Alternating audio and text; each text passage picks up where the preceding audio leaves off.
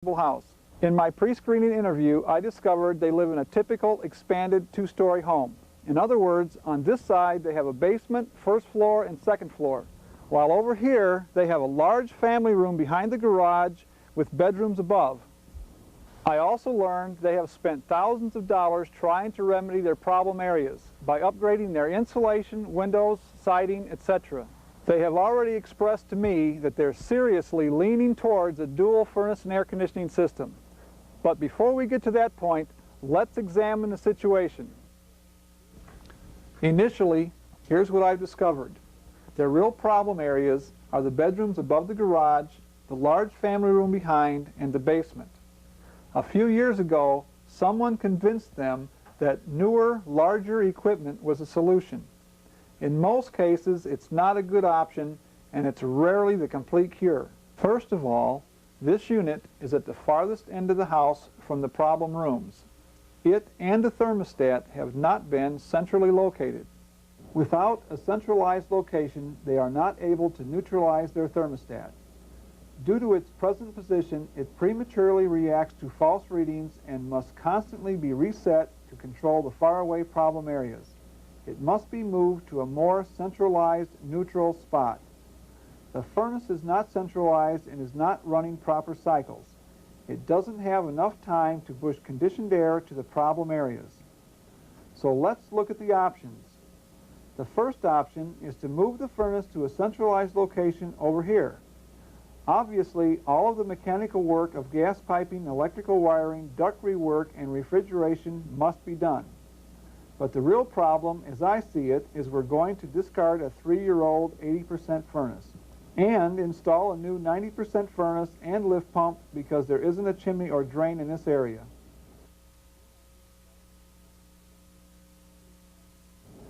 The second option is to put in 2 new furnaces and air conditioners in order to divide the house into 2 separate zones. But we're still going to have to get rid of a 3-year-old furnace and air conditioner because they're much too powerful for either zone. The third option is to put in motorized zone dampers with multiple thermostats. The original furnace is still in the same location, but the ductwork has to be redone so all the supplies and returns go to the proper zones.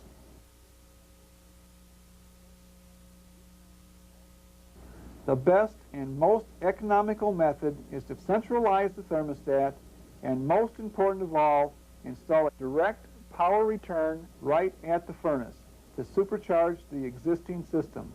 This will allow you to open or close some of the vents throughout the house to control your own individual room comfort.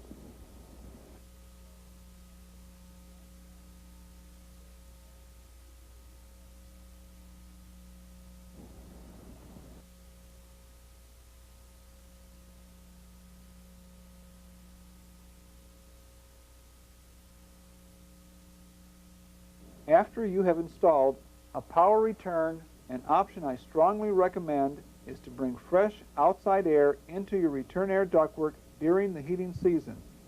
It should be insulated against condensation and dampened against summer operation. Low pressure inside a structure during the heating season is common. Hot air tends to fill up a house much like in a hot air balloon.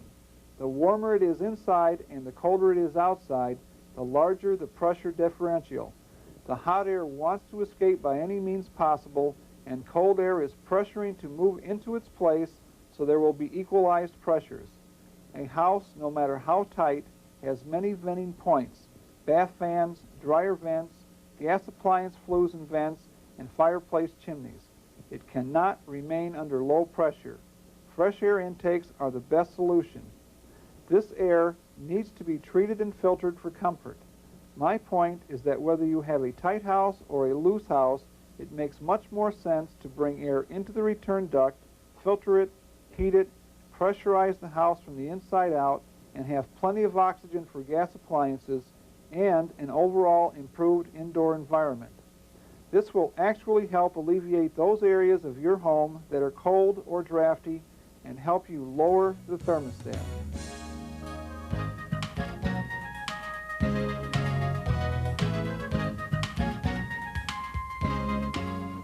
At this time, I would also like to point out that all modern gas appliances have controls that sense extreme low pressure situations.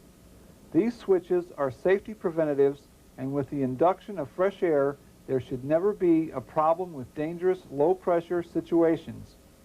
Homes without a power return and fresh air are much more uncomfortable, dangerous, and ineffective than those that have these two features, despite the opinions of inspectors and dealers that refer to antiquated codes and practices.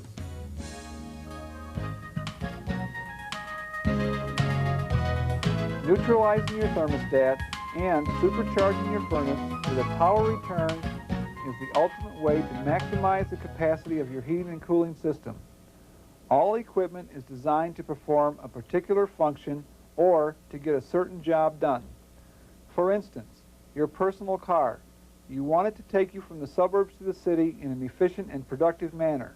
If you choose a route with a lot of stopping and starting versus an expressway, you know your efficiency will go down and maintenance will go up, making it much more expensive. You can't afford for your furnace and air conditioner to short cycle in a choked condition. If you do, it will never get you to your goal of efficiency and comfort.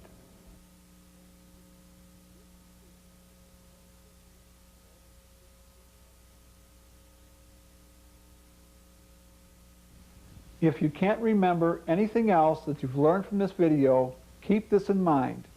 At the beginning of either the heating or cooling season, set your thermostat to your desired temperature and close every register in the home. Wait 24 hours, decide which areas have not conditioned properly, open those registers, and keep every other register closed. The first couple of seasons that you go through this process, keep track of this information so you won't have to repeat this exercise in the future.